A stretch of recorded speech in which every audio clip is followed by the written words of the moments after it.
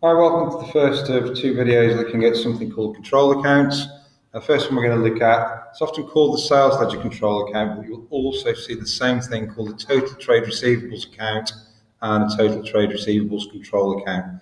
They are exactly the same thing, so if you see them in an exam question or reading through a textbook, okay, they are the same thing, there's no difference between them. I'm going to look at the basic use. As you already know, with a normal account, what we've got the books of prime entry. In this case, I've just done the sales day book, the sales returns day book, and the cash book. And I've just got the debit columns in here, so the discount allowed, cash received, and bank cash received.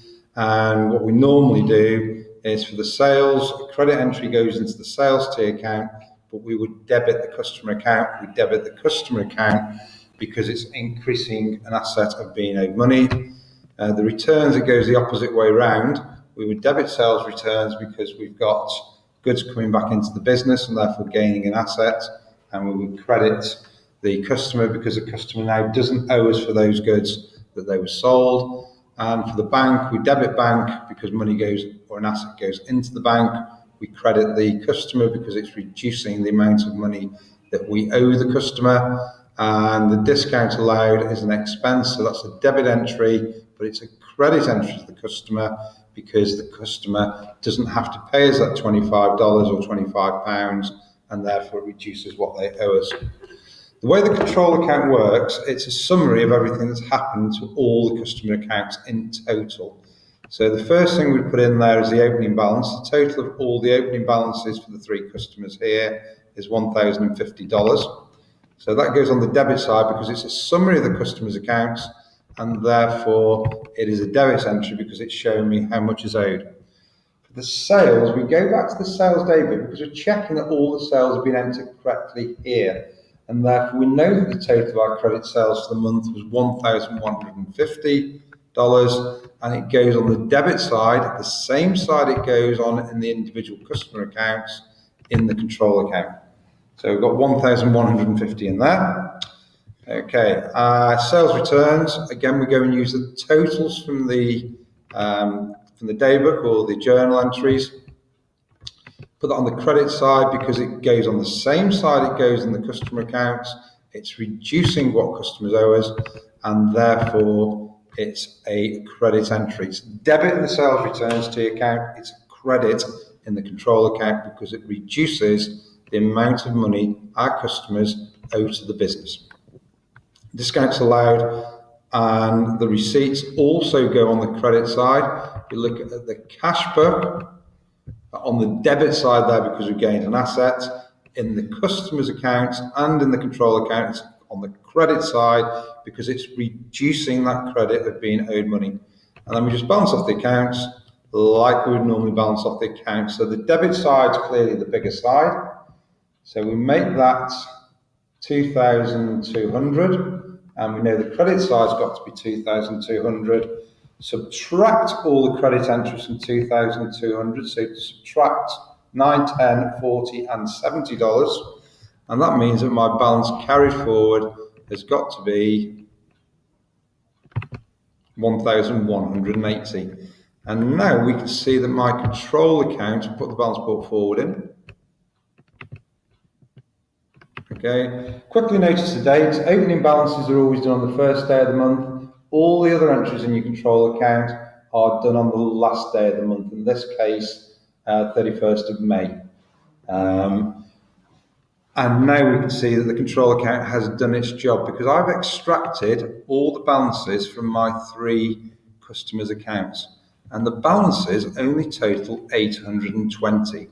So looking at my individual customers, my accounts are telling me they owe me $820.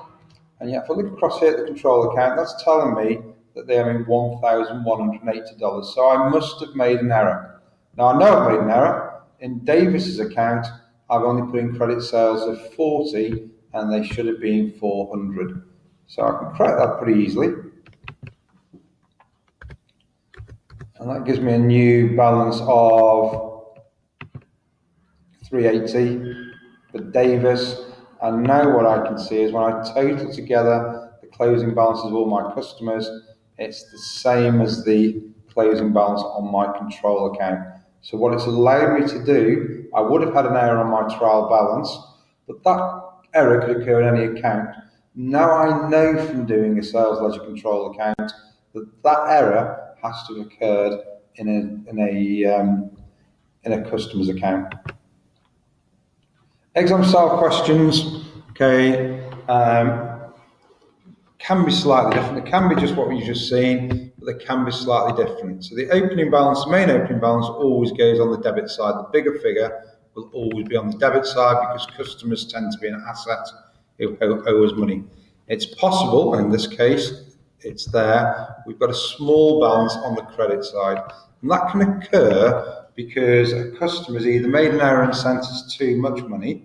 So they may have been told that there was $800 on a statement of account, and by accident they've sent us $1,000. Or a more common scenario is where the customer's actually paid us $1,000 for goods that they've received, and then they've sent back $200 worth of goods. So the business now owes $200 to its customer because they've returned those goods.